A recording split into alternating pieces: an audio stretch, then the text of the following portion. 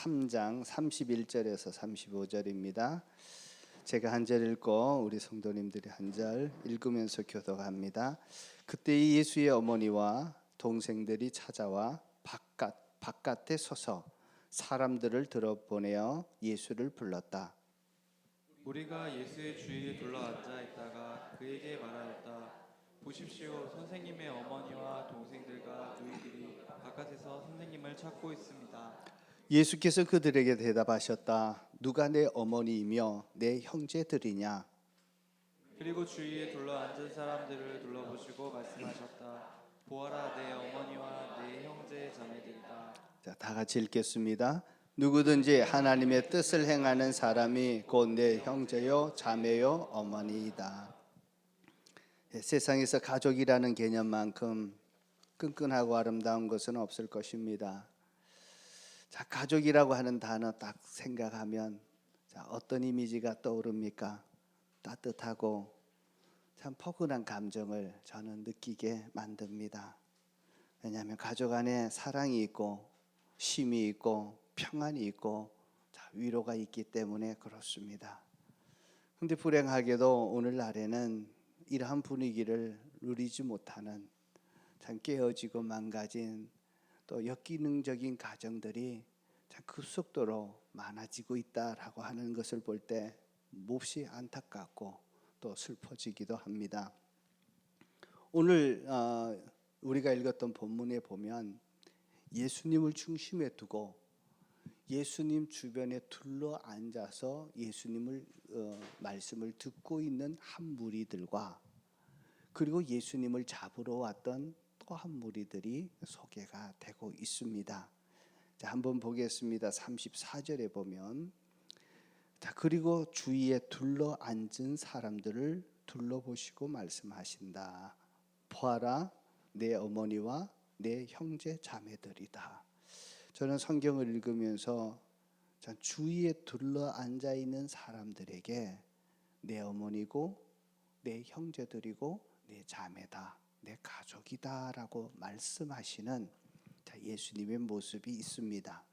그리고 31절에 보면 그때의 예수의 어머니와 동생들이 찾아와 바깥에 서서, 저는 특별히 바깥에 서서라고 하는 이 말이 들어와 있습니다. 자, 예수님 주변에 둘러앉아 있는 자와 바깥에 서서 사람을 들여보내 예수를 불러내는 예수님의 가족들입니다. 어머니와 그 자매와 또 형제들이었습니다. 자, 오늘 예수님의 둘러싸고 있던 이들은 한 그룹은 혈연으로 만들어진 가족이고 또 한 그룹은 예수님의 말씀을 듣고 그대로 따라가고 있는 영적인 가족을 얘기하고 있습니다. 예수님의 혈육적인 가족, 어머니가 남동생 그리고 누이들까지 다 동원해서 지금 예수님을 찾아왔는데 예수님을 붙잡아 가기 위해서 찾아왔습니다. 자, 왜 이들 죄송합니다. 잠깐만요.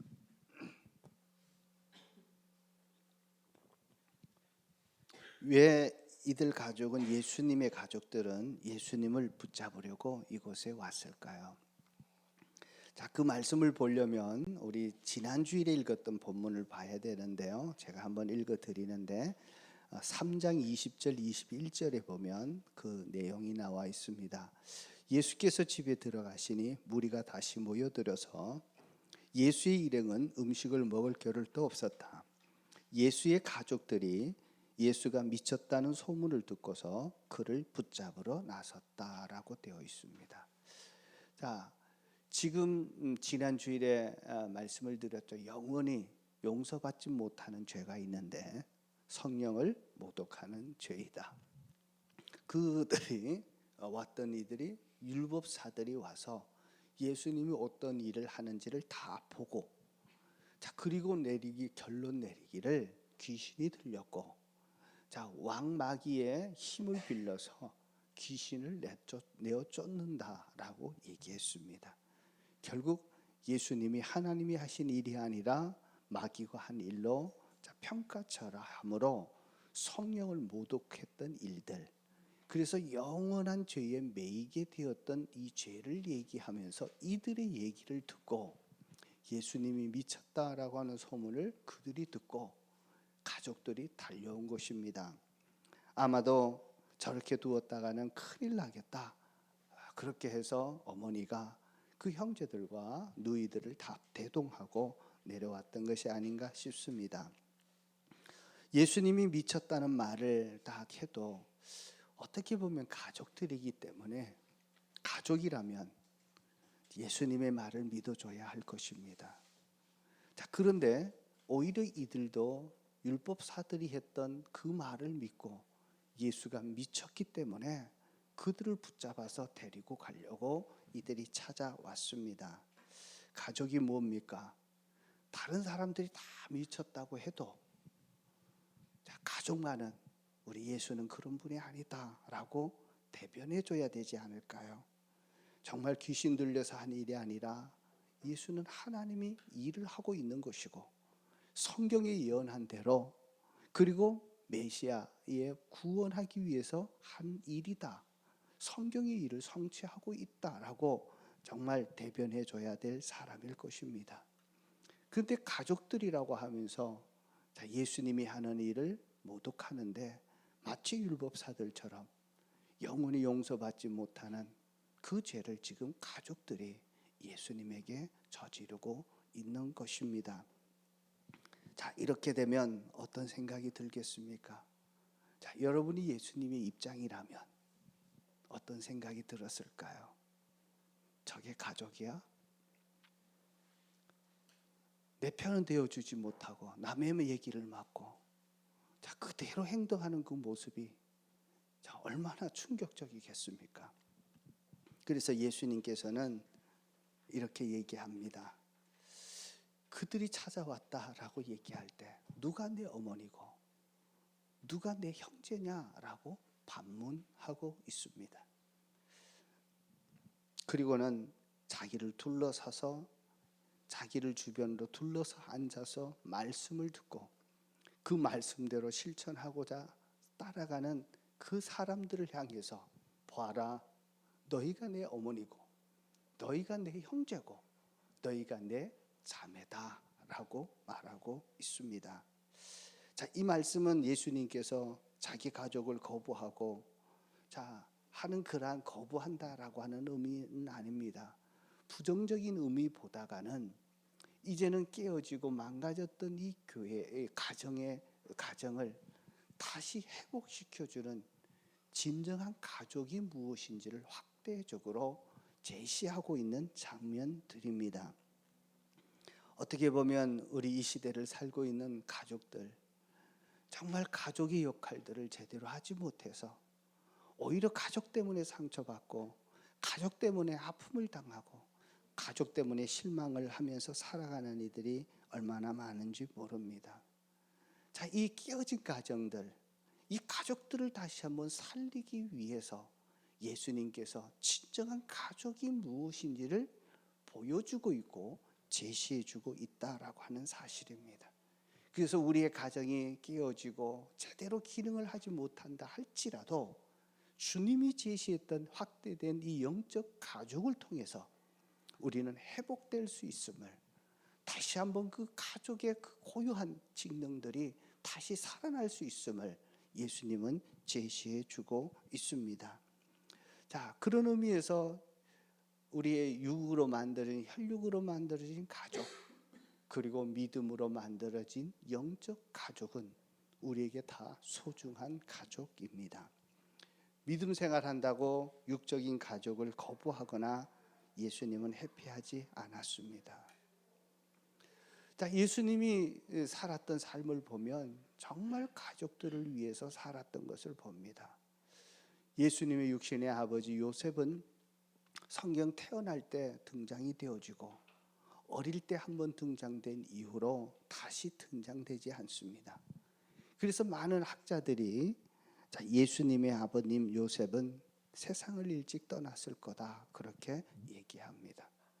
아버지가 떠나고 난 다음에 장남으로서 가정의 모든 책임을 감당합니다. 그래서 그는 목수가 되어서 집을 짓는 일을 하면서 그의 어머니와 그리고 자기 동생들을 부양하는 책임들을 지고 있었습니다. 그리고 30이 되었을 때 예수님께서는 자신에게 맡겨진 고유한 하나님의 사명을 감당하기 위해 30살 때 그의 복음을 전하고 그 사명을 감당하기 시작하는 것입니다. 자, 그의 복음 사역을 감당하면서도 성경을 보시면 예수님께서 그의 혈육의 가족들을 거부하거나 그리고 어떤 책임들을 회피하지 않았음을 보게 됩니다. 처음에는 예수님을 믿지 않았습니다. 그리고 예수님이 죽으신 이후에 동생들이 자기 형님이 비로소 하나님이 보내신 부활하신 정말 구원자라고 하는 그 사실을 그들은 알게 되면서 전적으로 주님 앞에 헌신하게 되는데, 예수님의 동생 야고보는 초대 예루살렘 교회의 감독자가 되어서 장로가 되어서 책임 목회자가 되어서 하나님이 일으켰던 그 교회를 일으켜 세웠습니다. 그 정도로 동생들을 끝까지 돌봤고요.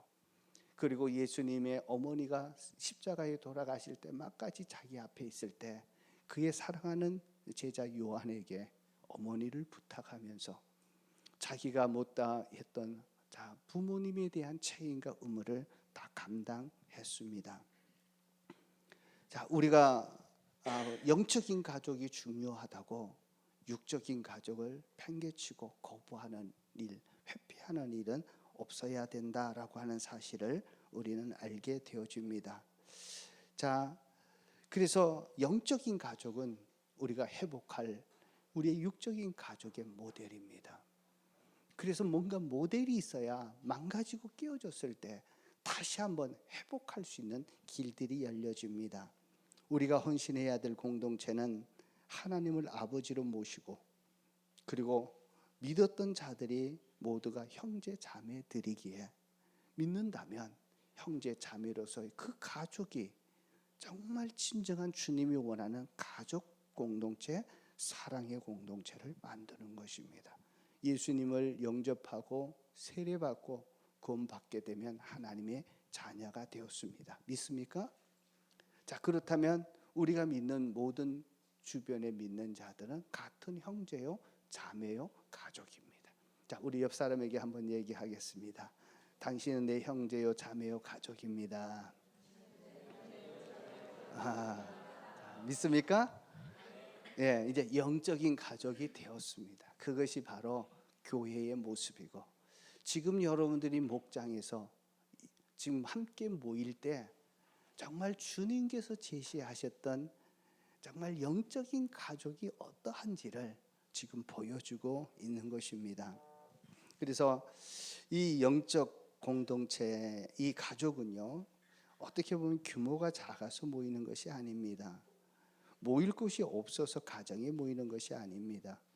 우리가 가정에 모이는 이유가 있다면 주님이 원하시는 교회 공동체가 가족 공동체이기 때문에 집에서 모이는 것입니다.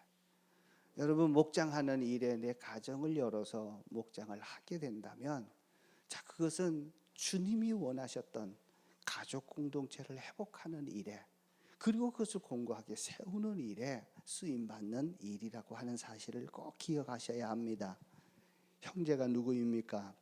탈무드에 보면 형제란 우리가 한평생 살아가는 동안에 서로 의지할 수 있고 서로 붙들어 세워줄 수 있도록 하나님이 주신 선물이다라고 되어 있습니다. 우리는 육적인 가족뿐만 아니라 실제로 영적인 가족이 되어서 서로 의지할 수 있고 힘들 때 붙들어 줄 수 있고 사랑으로 굳건하게 끝까지 갈 수 있도록 붙들어 준 것이 가족이다라고 하는 것입니다. 그래서 육신의 형제 자매도 귀하지만 어떻게 보면 믿음의 형제 자매들도 더 소중하다라고 볼 수 있는 것입니다. 왜냐하면 먼저 육신의 형제 자매보다 실제로 영적인 자매들이 우리의 삶의 가족의 기능들을 더 많이 감당합니다. 대부분 이제 육신의 가족들은 멀리씩 서로 떨어져 있습니다. 명절 때 한번 만납니다.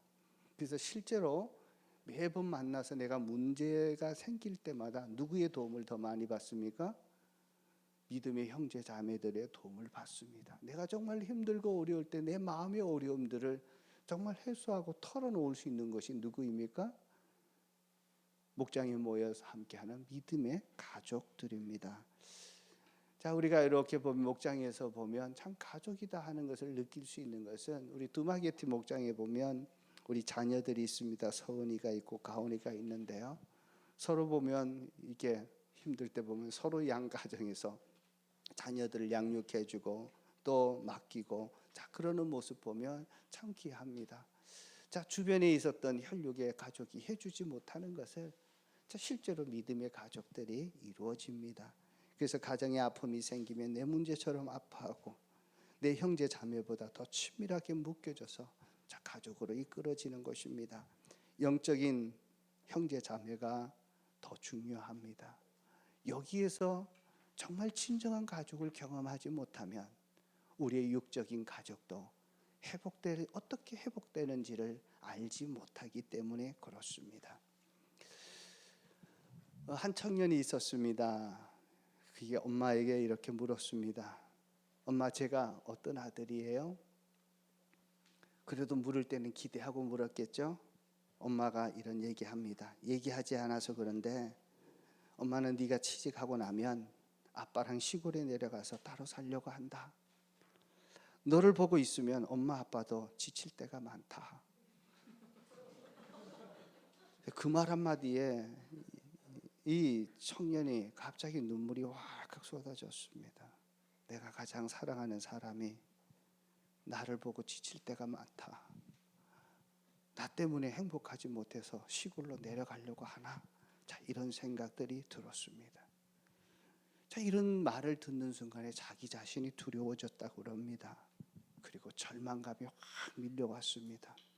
그래도 내가 어릴 때 우리 집이 고물상을 할지라도 정말 우리 가정은 정말 행복했었는데 부모님의 자랑이었는데 내가 학교 다니면서 내가 성적을 가지고 집에 오면 성적 잘 맞았다고 그래도 부모님께 기쁨이 되었었는데 언제부터 내가 이렇게 됐나?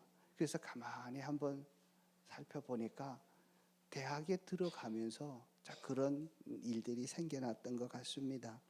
자기는 최선을 다해서 자기가 원하는 대학에 입학을 했습니다.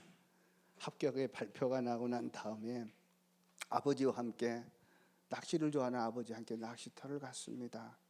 그래서 아버지가 대학 들어간 거에 대해서 칭찬해 줄 거라고 생각을 했는데 그때 이런 말을 합니다.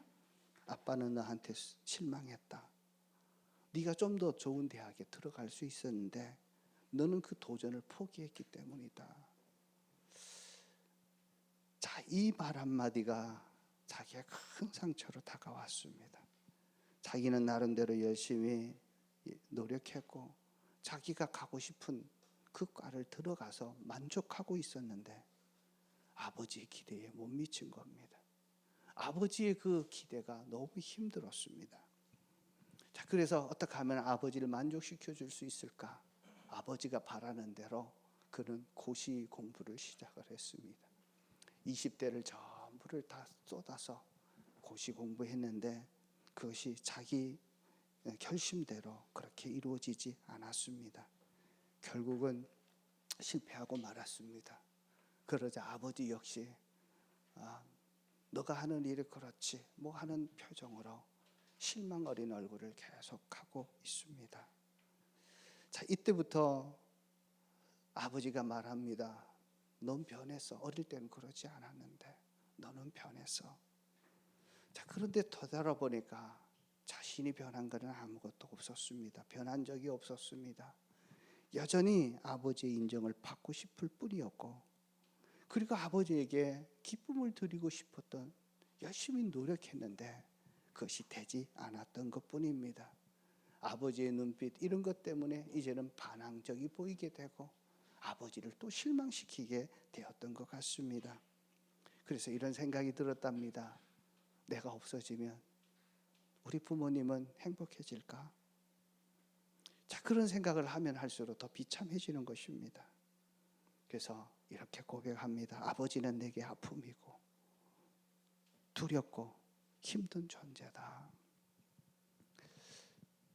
한 가정의 사례이지만 어떻게 보면 현실을 살아가는 우리의 가정의 모습이 아닌가 싶습니다. 뭔가를 기대하고 가정하면 포근하고 따뜻하고 쉴 수 있고 새롭게 뭔가 정말 힘을 얻을 수 있는 그런 가정이 모습을 그리지만 현실의 가정은 그렇지 못한 겁니다.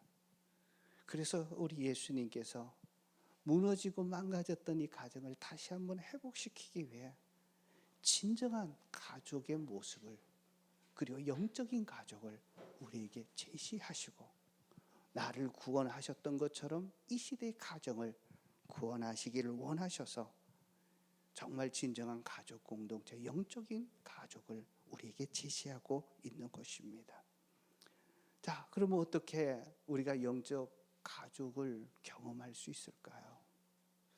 자, 그 경험은 다름 아닌 35절입니다. 자, 한번 보겠습니다. 35절 좀 띄워주시면 좋겠습니다. 35절 다 같이 한번 읽겠습니다. 시작.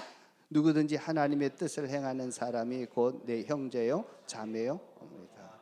자, 누구든지 하나님의 뜻을 행하는 사람이 내 형제요 자매요 옵니다. 그리고 그 앞에 보면 34절을 또 한번 보겠습니다. 34절 시작.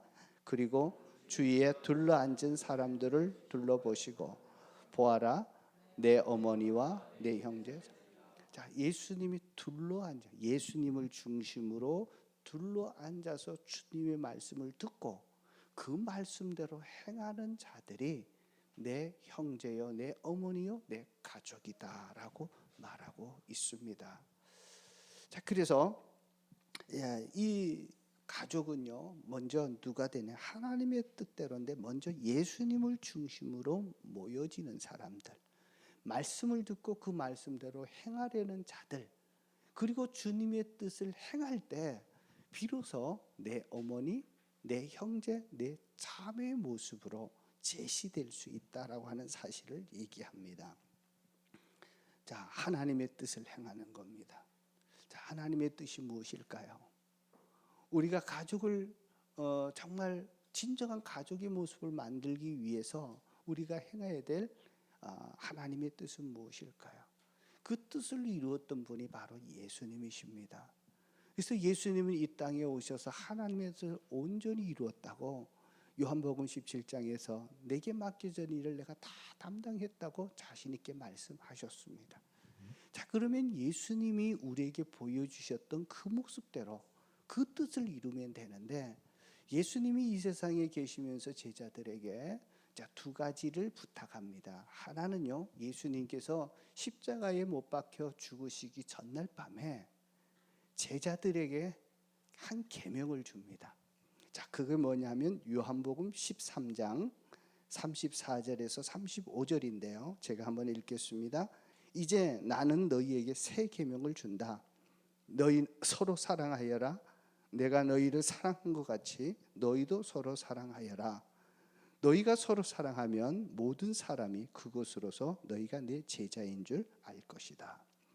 자, 예수님께서 제자들에게 죽기 직전에 그들에게 주신 새 계명은 신구약 성경 하나님의 사랑, 이웃 사랑을 하나로 뭉쳐서 새 계명이라고 다시 제시해 주면서 너희들이 서로 형제들이 사랑하면 그것이 바로 하나님의 사랑이고 그것이 바로 이웃 사랑임을 얘기하면서 서로 사랑하라. 그 출발점은 예수님의 제자들이, 예수의 이름으로 모인 너희들이 서로 사랑하는 것이다 라고 얘기하고 있습니다. 여러분, 서로 사랑하면 하나님의 뜻이 이루어지는 가족이 되어집니다. 여러분, 서로 사랑하라 라고 하는 말씀을 들을 때 어떻습니까? 그렇게 해야지 라고 하는 말씀이 듣게 될 것입니다. 근데 서로 사랑하라 라고 하는 이 말은요, 어떻게 보면 들을 때는 감동이 되어도 실제로 사랑하기가 그렇게 쉽지가 않습니다. 자, 어제 광주 금강교회에서 임직식이 열렸습니다. 그때 제가 축하해 주는 순서가 있어서 참석을 했습니다. 그때 그 성한교회 은퇴 목사님으로 계셨던 목사님이 개강령 목사님의 형님이십니다. 설교자로 와서 설교를 하고 임직자들에게 말씀을 하는데 어떤 말씀을 하시냐면 사명자로서 사명이 특권이다라고 하는 말씀을 가지고 있으면서 그 말이 고난을 받으면서 그러면서도 사명을 감당해야 된다라고 하는 것을 설명하던 중에 이런 얘기를 했습니다. 이게 가정교회였으니까요. 목녀가 있었습니다. 자기 목녀 중에 목원이 한 명이 있었는데 좀 멀리서 차를 가지고 옵니다. 자기도 차를 가지고 오는데 목녀가 어떻든 그 목원을 잘 섬기기 위해서 또 사랑을 베풀기 위해서 보니까 주차하기가 주일날 쉽지가 않았습니다. 그래서 먼저 보니까 자기의 자리가 교회 가까운 곳에 한 자리가 나서 거기 세워놓고 그 목장 식구가 오기를 기다린 겁니다. 그래서 오는 것을 보고 해서 이 자리에 세우라고 하고, 자기는 그래도 이 골목과 이런 상황들을 잘 알고 있기 때문에 자기가 다른 데로 세울 수 있어서 차를 하고 세웠습니다. 예배를 잘 드리고 이제 집에 갔습니다. 저녁인데 이 목원으로부터 문자가 왔습니다. 문자가 무엇이냐면, 목련님 왜 저한테 주차를 양보해 주셨나요?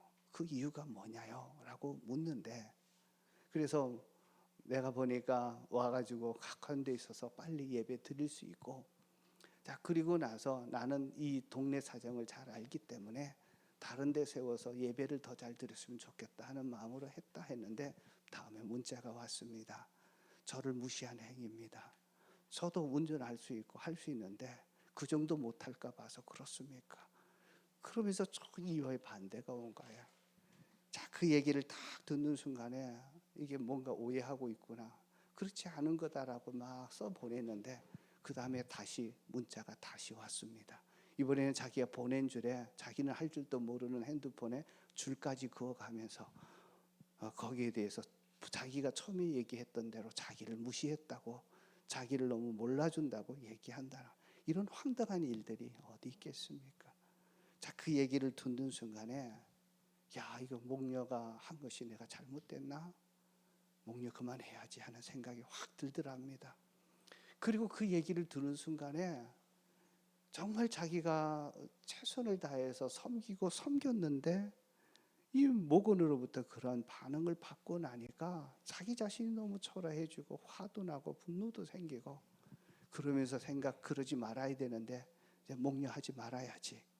이 말이 확 들고 와서 목사님께 전화를 걸고, 걸까 해서 걸었다가 놨다가 걸었다가 놨다가 그만해야 되겠다고 얘기하려고 합니다.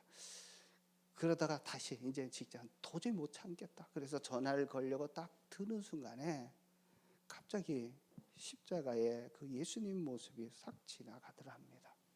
그리고는 이런 마음이 들었습니다. 그 목원도 내가 피 흘려서 산 나의 자녀다. 아직 성숙하지 못해서 그러니까 내가 너에게 맡겼는데 좀 품어줄 수 없겠네.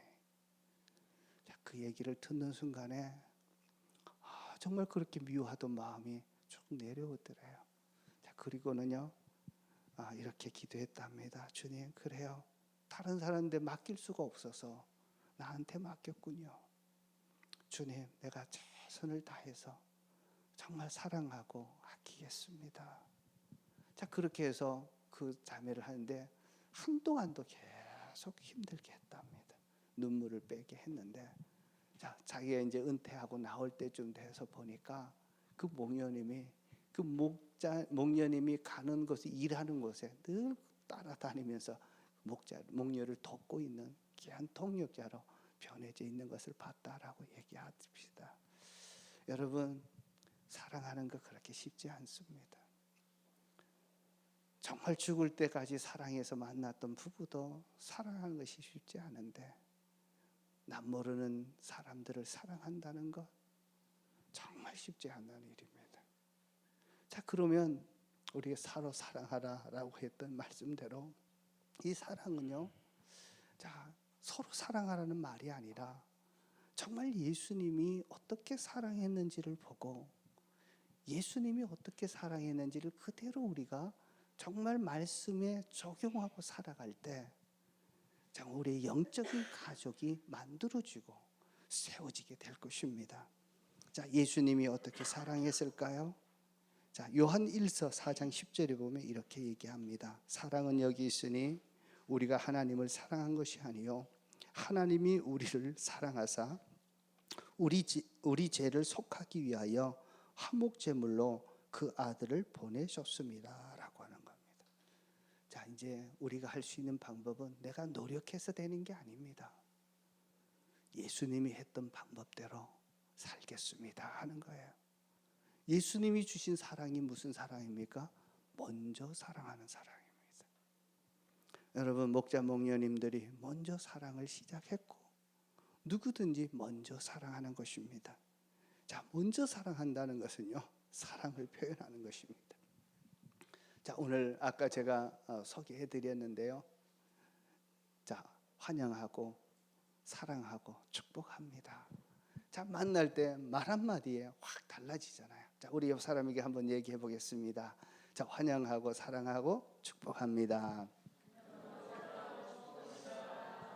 자, 이제 가족을 만드는 건 우리가 만들어 가야 돼요. 목장으로 묶어졌다고 주님이 원하는 가족 공동체가 되는 게 아닙니다. 그래서 먼저 말하는 것입니다. 자, 먼저 말할 때 하기 위해서는요, 먼저 하는 거예요. 자, 목장도 먼저 가십시오. 꼭 늦게 지각하는 분들 없어야 됩니다. 어떻게 보면 먼저 하는 게 중요합니다. 정해진 시간보다 먼저 가십시오. 여러분, 자, 목장에 아주 대놓고 늦으신 분들 계셔요. 자, 그런 분들 계시다면 한번 꼭 마음에 생각해 보십시오. 여러분이 정말 사랑하는 사람이 있으면 먼저 갑니까? 늦게 갑니까? 사랑하는 사람이 먼저 가거든요. 해외여행을 가더라도 공항에 몇 시 전에는 가야 됩니까? 2시 전에 가야 되는데 하나님의 가족을 만나고 가장 사랑스러운 사람을 만난다면 미리 가십시오. 미리 가서 나도 오는 분들을 한번 환영해 줘야지. 환영합니다. 사랑합니다. 축복합니다. 라고 만들어주면 그 분위기가 얼마나 좋겠습니까? 오늘 목장에 먼저 가시는 여러분들 되시기를 축복합니다. 더 먼저 환영하고 축복해 주셔야 됩니다. 목장 하다 보면요, 꼭 이런 분들 계셔요. 빨리 끝내라고. 시간 빨리 끝내라고. 그래서 목자 목녀에게 막 압박을 줍니다. 왜 찬송을 그렇게 길게 하냐고.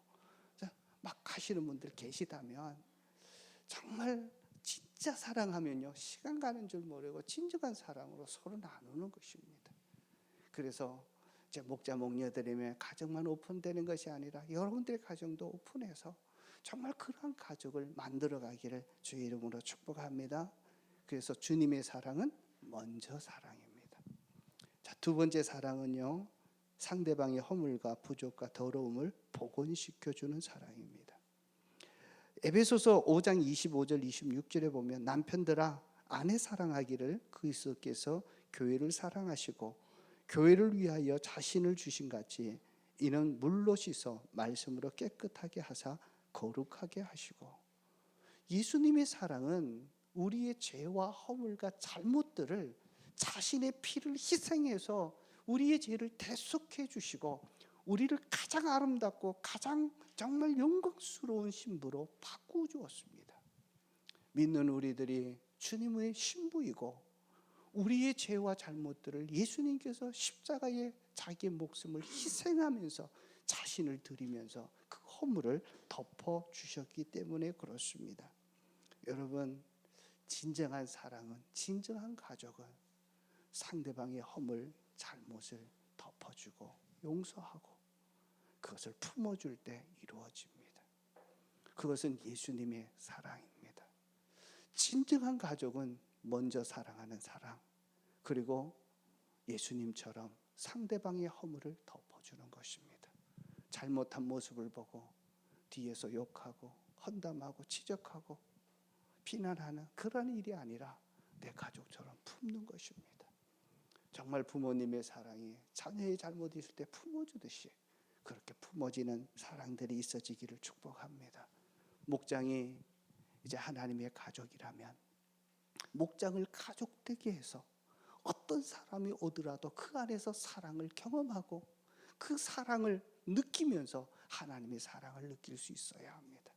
우리는 다 문제가 있고 아픔이 있습니다. 그럴 때마다 목장에 가지고 와서 자신의 기도 제목을 놓고 함께 기도했을 때 하나님은 반드시 응답하십니다. 한 번은 기도 응답들이 이루어져 우연이라고 생각하려는지 모르지만 그 기도 응답이 계속 반복되어질 때 야, 하나님의 능력이 이것이구나 하는 것을 보여주는 것입니다.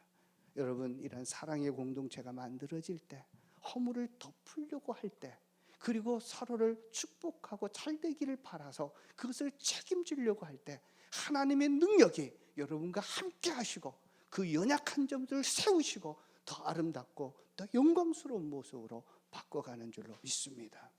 자, 두 번째입니다. 자, 우리의 가족 공동체가 되려면요, 사랑을 하는 공동체가 되게 서로 사랑하고 먼저 사랑하고 허물을 덮는 그러한 가정 공동체가 만들어지는 것이고, 두 번째는요, 거기에 머무르는 것이 아니라 사명 공동체로 바뀌어지는 것입니다. 계속해서 가족이 확대되어져야 합니다. 자, 가족은요, 자식 종족 번식에 자연적으로 이루어집니다. 그래서 가족이 계속해서 커지게 되는 것은 자녀를 낳음으로 이루어집니다. 그런데 영적인 가족은 낳을 수 있는 것이 아니라 믿지 않는 VIP들을 내 자녀로 삼고 그들을 위해서 기도하고 그들을 사랑해서 정말 목장으로 초대해서 초대된 그들이 예수님을 영접하고 세례받게 될 때 영적인 가족이 되어집니다. 하나님의 자녀가 돼서 영적인 가족이 되므로 가족들이 계속해서 확장되는 겁니다. 우리가 VIP에 대해서 부담을 가지고 그리고 매번 VIP 초청 잔치를 하게 되는 이유가 무엇입니까? 이 가족이 확대되어야 정말 세상에 일그러지고 정말 방황하고 아파하는 그 영혼들을 구원해낼 수 있고 가정을 회복시킬 수 있기 때문에 그렇습니다. 그래서 우리는 그 가정을 만들기 위해서는 사명 공동체가 되어야 합니다. 그 사명이 뭐냐면 예수님께서 죽으시고 부활하신 이후에 정말 이 세상에서 자기의 부활을 보여주시면서 제자들에게 이 세상 떠나시기 마지막에 우리에게 부탁하셨던 명령이 있는데 그것을 지상명령, 그레이트 커미션, 위대한 명령이다 그렇게 말하고 있습니다. 마태복음 29장 맞나요? 제가 갑자기 생각이 29장 19절 20절 맞죠? 28장인가요? 28장. 갑자기 이렇게 잘 기억해 주셔서 감사합니다. 자, 제자 삼으라고 영원권에서 하는데 제자 삼으라고 하는 명령입니다. 그래서 우리는 제자 삼으라고 하는 그 명령을 정말 우리가 다시 한번 사명으로 알고 자 그렇게 갈 때 우리의 가족이 사랑의 공동체뿐만 아니라 사명 공동체로 있게 될 때 가족으로서의 정말 그 기능들을 나타내게 됩니다. 그래서 제자 삼기 위해서는 세 가지 일들을 합니다. 첫 번째가 가라라고 하는 것입니다. 가서 제자 삼으러 가야 됩니다. 자, 하나님의 가족은 믿지 않는 사람들에게 또 예수님이 필요한 사람들에게 찾아가는 것입니다. 가만히 앉아 있는 것이 아니라 그들의 관심을 가지고 찾아가는 것입니다. 자, 이들은 가만히 두게 되면 자기가 지은 죄 때문에 결국은 지옥 갈 수밖에 없는 영혼 사람들입니다. 예수님께서 이 세상에 오셔서 나를 구원해 주신 목적이 있다면, 나를 하나님의 자녀 삼아 주신 목적이 있다면 믿지 않는 그들로 하여금 구원하기 위하는 것이 하나님의 소원이고 하나님의 뜻입니다. 그래서 우리는 그들에게 찾아가야 됩니다. 우리가 찾아가야 되는데 그들이 어떤 상태에 있는지 보십시오. 믿지 않는 사람들은 적어도요 세 가지 문제에 걸려 있습니다. 하나는 두려움입니다. 많은 분들이 정말 두려워합니다. 왜 두려워하는지 아십니까? 내 지혜로 내 능력으로 할 수 없으니까 두려워하는 것입니다. 그래서 두려움에 떨고 있고 몸부림치고 있습니다. 두 번째가요 뭐냐 하면 외로움입니다. 주변에 많은 사람이 있는데 정말 외로워해요. 왜 그럴까요? 사랑의 공동체를 만나지 못해서 그래요. 정말 나를 사랑해주고 끝까지 품어줄 수 있는 나를 사랑하는 사람을 만나게 되면 그 외로움이 사라질 텐데 그 사랑을 발견하지 못하는 겁니다. 그래서 사람들의 사랑을 계속해서 갈구하고 또 찾아가는데 사람이 나를 만족시켜 줄 수 없거든요. 우리의 외로움은 예수님의 사랑으로만 해결될 수 있습니다. 자, 또 한 종류는요, 방황하는 사람입니다. 방황해요. 방황한다는 것은요, 삶의 의미를 찾지 못하는 거예요. 열심히 사는데 의미가 없는 거예요. 자, 이분들에게는요, 내가 살아가야 될 분명한 목적과 이유를 딱 제시하는 건데, 예수 안에 있게 되면 우리는 사명이 있잖아요. 내가 구원받았듯이 이제 죽어가는 그 생명들을 살려낼 뿐만 아니라 정말 그들을 아름답게 성장시켜서 하나님의 일꾼으로 세우고자 하는 그 꿈들이 있잖아요. 그래서 그들에게 찾아가는 것입니다. 자, 여러분, 찾아가서 그들에게 목장으로 초대하는 것입니다. 전도하는 것은 다른 것 아니라 목장에 초대해서 우리의 가족이 정말 사랑으로 하나의 공동체 되어서 사랑해주는 그 사랑을 보여주고 그들로 하여금 느껴줄 때 그들이 돌아오게 되어집니다. 그래서 그들을 찾아가는 겁니다. 여러분, 찾아가기 위해서는요, 내가 찾아가야 할 사람을 딱 선명하게 목표를 정하셔야 합니다. 그것이 여러분의 개인 VIP고요, 또 목장의 VIP입니다. 제가 여러분들이 제시해 줬던 VIP들의 이름을 넣고 기도하고 있습니다. 근데 기도하다 보니까 한 목장 안에 똑같은 대상을 넣고 같이 대상으로 기도하는 분들이 계셔요. 참, 그게 목장 VIP면 괜찮아요. 자, 그런데 목원들이 한 사람을 놓고 두 사람의 개인 VIP로 품고 하는 것은 좀 정리하셔야 돼요. 한 사람에게 몰아주든지 하시고 나머지 부분들은 그 이름을 자기의 개인 5명의 VIP를 꼭 정하셔야 합니다. 자, 그리고요, 여기 보면 누구 엄마, 누구 아빠, 이웃집 몇 층 사람 이렇게 돼 있는데 정말 여러분들이 그 영혼을 구원하기를 원한다면 이름 정도는 알아야 됩니다. 만났을 때 내 이름 하면서 성함이 어떻게 되죠? 요즘 엄마가 되면 자기 이름 없이 사는 사람 아닙니까? 누구의 엄마로 살고, 그죠? 그래서 이름을 꼭 물어보시고 그 이름을 붙들고 기도하셔야 됩니다. 그래서 우리 목자 목녀님들은 이 VIP 개인 명단을 다시 한번 보시면서 정말 내가 구원받기를 원하는 그 명단이 신들러 리스트처럼 그 한 영혼이 돌아올 수 있는 명단이 될 것입니다. 그렇게 정하는 것이 강하라라고 하는 겁니다. 자, 두 번째는 세례를 주라라고 하는 겁니다. 세례를 받아야 하나님의 자녀가 되고 하나님의 가족에 들어올 수 있기 때문에 그렇습니다. 자, 세례를 준다는 거 주기 위해서 먼저 초청을 하고요, 목장에 초대를 하고 그 안에서 우리의 사랑을 통해서 가족됨을 경험할 때 그들은 가지 말라고 해도 계속 찾아오게 될 겁니다. 왜요? 이 가족은 하나님께서 정말 하나님의 그 사명을 이루기 위해서 우리에게 주신 가장 소중한 공동체이기 때문에 그렇습니다. 거기에서 여러분들이 기도 제목을 넣고 기도하는 것입니다. 문제가 있을 때 기도할 때 하나님께서 들어주셔서 응답되어질 때 하나님의 능력이 대단하구나 하는 것을 보게 되고 자신이 문제가 생길 때마다 앞에 와서 기도하게 되고 하나님께 도움을 요청하게 됩니다. 우리 지난주였습니다. 우리 박소윤 자매님이, 블레싱 목장의 박소윤 자매님이 지금 항암 치료를 힘들게 받고 있습니다. 그래서 병원에 갔는데 검사를 이제 항암 치료를 받으려고 검사를 했는데 그 혈소판 수치가 너무 떨어져서 항암 치료를 받지 못한다라고 하는 그 기도 제목이 올라왔습니다. 우리 목녀님이 올려주셨는데요. 그걸 보고 우리 목자 목녀들이 또 몸 기도해서 집중적으로 기도했습니다. 그리고 다음 날 다시 검사해서 수치가 올라오면 항암 치료가 진행이 되고 수치가 올라오지 않게 되면 이제 올라올 때까지 기다려야 된다라고 하는 소식이 있었습니다. 그래서 저희들이 놓고 함께 기도했습니다. 그 다음에 검사를 했습니다. 어떻게 된지 아십니까? 수치가 올라와서 항암 치료를 받고 토요일 날 퇴원했다고 들었습니다. 여러분 정말 우리의 연약함을 하나님 앞에 내어놓을 때 들어주십니다. 정말 너무너무 감사합니다. 우리 김경아 성도님 오늘 참석을 하셨는데요.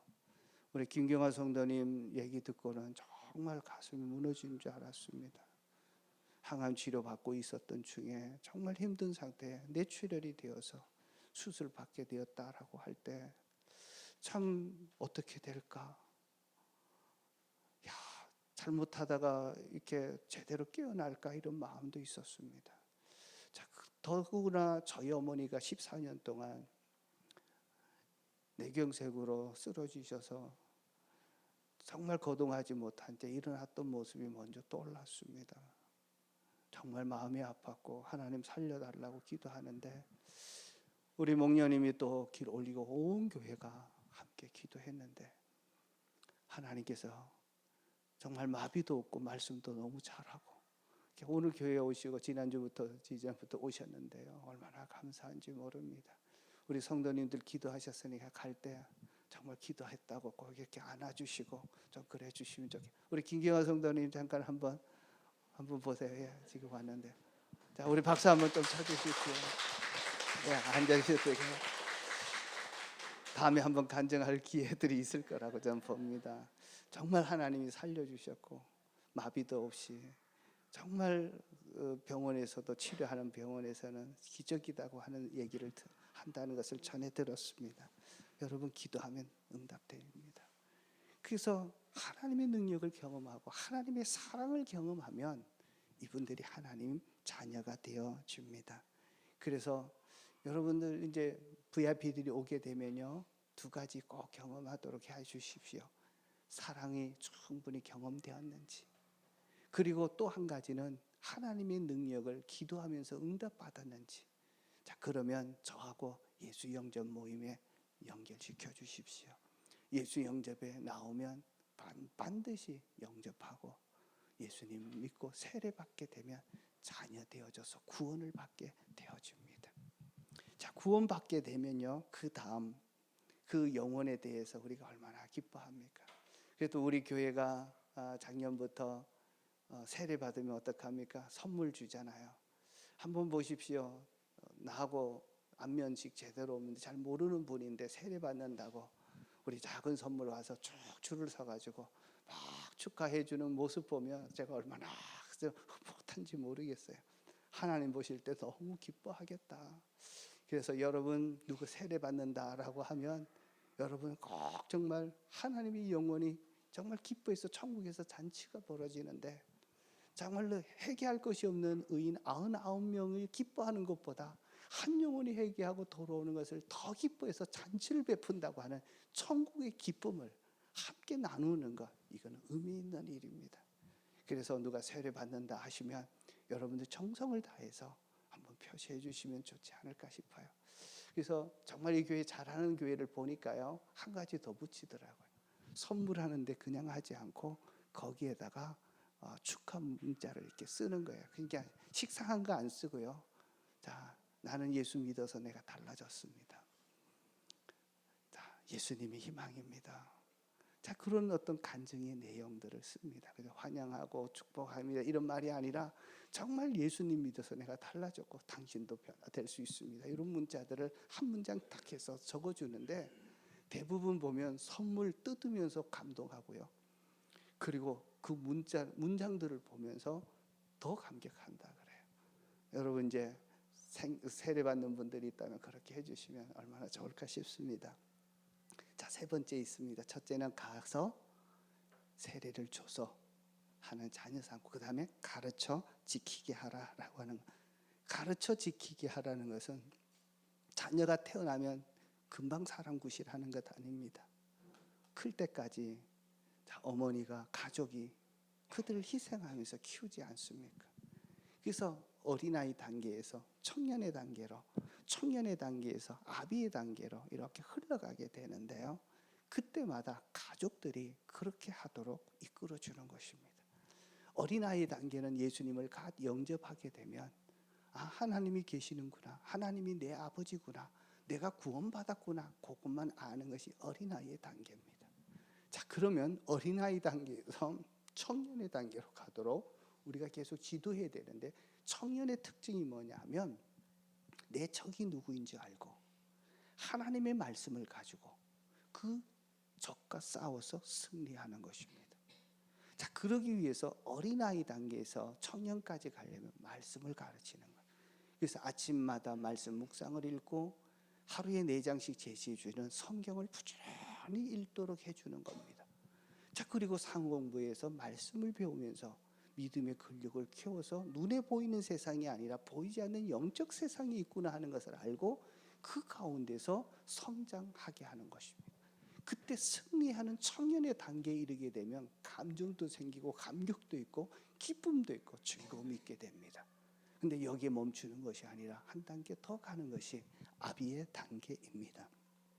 아비의 단계는 뭐냐 하면 이제는 하나님의 뜻을 알고 하나님의 뜻에 전폭적으로 헌신하는 자들입니다. 하나님의 뜻에 전폭으로 헌신하는 자들이 우리는 제자라고 얘기하는데, 그것이 바로 목자 목녀의 삶입니다. 여러분, 목자 목녀는 영적인 아비의 단계에 있습니다. 아비의 단계에 있을 때, 하나님 앞에 갔을 때 정말 엄청난 상급을 보상을 받게 될 것입니다. 자, 아직까지 오랜 생활을 했으면서도 목자 목녀 되는 것에 대해서 마음의 부담이 있고 그것이 소원이 되지 않는다면 다시 가지십시오. 정말 내가 다른 영혼을 구원하고, 자, 그들을 가르쳐서 양육해서 또 분가해서 새롭게 살 수 있도록 해주는 일이 제자입니다. 그래서 제자로의 삶을 사는 것은 첫걸음을 내디디고 제자로 산다는 것은 목자 목녀가 되기를 희망하고, 그리고 실제로 자, 그 일에 헌신하는 일들입니다. 여러분, 이제 목자 목녀 되는 것을 사모하시고 말씀하십시오. 지금 당장은 아니라도 나도 목자 목녀가 되어야지 라고 주님 앞에 소원을 아뢰시면 주님께서 들으시고 여러분을 그렇게 쓰실 것입니다. 주님 부르실 때까지 내가 목자 목녀로 쓰임 받다가 정말 가는 정말 거룩한 최고의 일꾼 되시기를 축복합니다. 그것이 제자 만드는 일이고 제자를 낳는 일들입니다. 이제 말씀을 맺겠습니다. 여러분, 하나님이 쓰시는 가정 공동체, 자, 그 공동체는 주님의 사랑으로 먼저 사랑하고, 그리고 허물과 죄와 잘못들을 끝까지 품어주고 축복하는 사랑의 공동체를 만드는 일이고, 그리고 또 하나 그것을 통해서 영혼 구원하여 제자 만드는 사명을 감당하는 그 가정이 될 때, 그 가정을 통해서 더 하나님의 역사가 계속해서 일어나게 되고 쓰임받는 일꾼들이 되게 될 것입니다.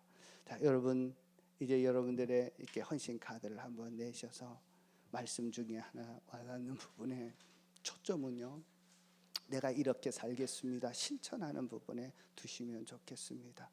혹시 정말 내 가정 속에 사랑의 공동체, 내가 먼저 사랑하겠습니다 하시는 분 있다면 좀 적어주시고,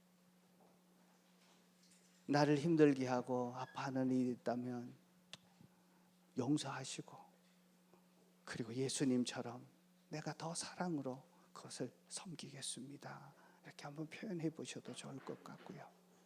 이제 영혼 구원하는 일에, 제자 되는 일에 내가 최선을 다하겠습니다. 내 VIP 명단을 새롭게 정하고, 자, 그들을 향하여 나가겠습니다. 그리고 청년의 단계까지, 어린아이 단계 때문에 청년의 단계까지 가기 위해서 자, 말씀 읽고 말씀 훈련받고 이런 일에 열심히 내겠습니다. 그리고 나도 목자 목녀로 쓰임 받다가 설 수 있도록 꿈을 갖겠습니다. 어느 거라도 하나 꼭 좀 잡으시고 그렇게 하셨으면 좋겠습니다.